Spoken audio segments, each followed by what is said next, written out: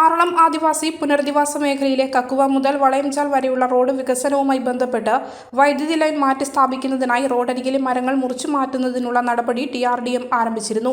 ഇതിന്റെ മറവിൽ 12ാം ബ്ലോക്കിൽ നിന്നും രാജൻ മരാടി എന്നയാളുടെ പട്ടയഭൂമിയിൽ നിന്ന് കൂറ്റൻ ആഞ്ഞിലിമരം മുറിച്ചു കടത്തിയതായി പരാതി ഉയർന്നതിന്റെ അടിസ്ഥാനത്തിൽ ഏജന്റ് ന്യൂസ് ഉൾപ്പെടെയുള്ള മാധ്യമങ്ങൾ വാർത്ത നൽകിയിരുന്നു. പിന്നീടുള്ള അന്വേഷണത്തിൽ 12ാം ബ്ലോക്കിൽ നിന്ന് തന്നെ നിർമ്മല എന്ന സ്ത്രീയുടെ ഭൂമിയിൽ നിന്ന് മരം മുറിച്ചതായി കണ്ടെത്തിയിട്ടുമുണ്ട്. ആനമുക്ക്, വളയംചാൽ എന്നീ മേഖലകളിൽ നിന്നും വിലപിടിപ്പുള്ള ആഞ്ഞിലിമരങ്ങൾ മുറിച്ചു കടത്തിയതായി ആരോപണം ഉയർന്നിട്ടുണ്ട്.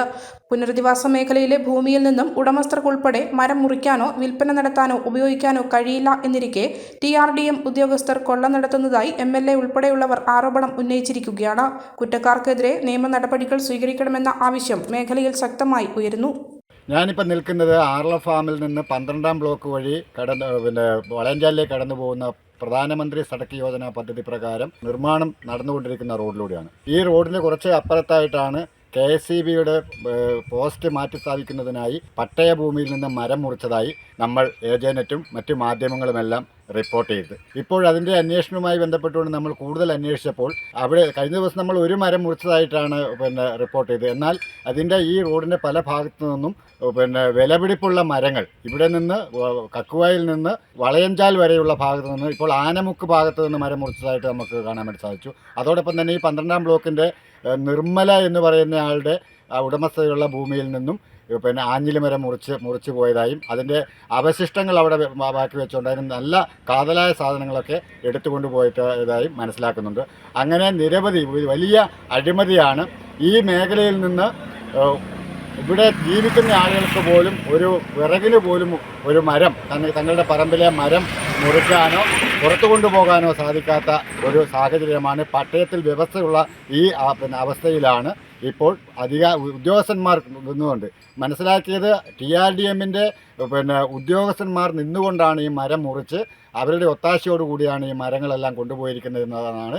വലിയ അഴിമതിയാണ് ഇതിനകത്ത് നടന്നിരിക്കുന്നത്. അതുകൊണ്ട് കുറ്റക്കാർക്കെതിരെ നടപടി സ്വീകരിക്കാൻ ഇത് അന്വേഷണം നടത്തി ഈ പട്ടയഭൂമിയിൽ നിന്ന് മുറിച്ച മരങ്ങൾ അത് ആ പട്ടയഭൂമിയിൽ ആ ഉടമസ്ഥർക്ക് തന്നെ തിരിച്ചു നൽകി അവർക്ക് ആവശ്യമായുള്ള ഫർണിച്ചറോ മറ്റും ഉണ്ടാക്കുന്നതിന് വേണ്ടിയുള്ള നടപടി സ്വീകരിക്കാൻ TRDM അധികൃതർ തയ്യാറാവണമെന്നാണ് നാട്ടുകാരുടെ ആവശ്യം. ആറളം ഫാം 12ാം ബ്ലോക്കിൽ നിന്നും KB ഉത്തമൻ, ഏജന്റ് ന്യൂസ്. മലയോരത്തിന്റെ സ്വന്തം പ്രാദേശിക ചാനൽ AChannel. നിങ്ങളുടെ നാട്ടിലെ വാർത്തകളും വിശേഷങ്ങളും ഞങ്ങളെ അറിയിക്കുവാൻ വിളിക്കൂ 9447691771 9074215391. നിങ്ങളുടെ നാട്ടിലെ വാർത്തകളും വിശേഷങ്ങളും ഞൊടിയിടയിൽ അറിയുവാൻ ഏജന്റ് ന്യൂസ് ചാനൽ സബ്സ്ക്രൈബ് ചെയ്യൂ.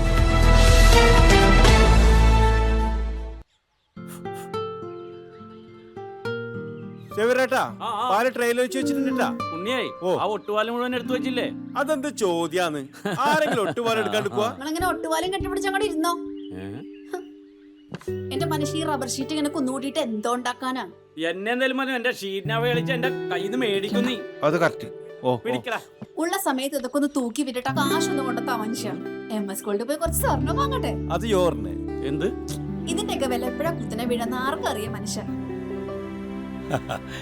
സിസിലി ആ പറഞ്ഞത് നേരാണ് സേവ്യർ. റബ്ബർ ഷീറ്റിന്റെ വില സ്ഥായിയല്ല, എപ്പോ വേണമെങ്കിലും താഴേക്ക് പോകാം. പക്ഷെ സ്വർണത്തിന്റെ വില അങ്ങനെയല്ല, അത് റോക്കറ്റ് പോലെ കുതിച്ചുകൊണ്ടിരിക്കുകയാണ്. അങ്ങനെ പറഞ്ഞു കൊടുക്കും മാഷേ. മാത്രവുമല്ല MS Goldന്റെ സ്വർണ്ണ സമ്പാദ്യ പദ്ധതിയിൽ പണിക്കൂലിയുമില്ല. എന്റെ പുതിയ MS Gold and Diamonds, Iriti, Peravur, Ramanagara, Kanagapura, the real source of purity.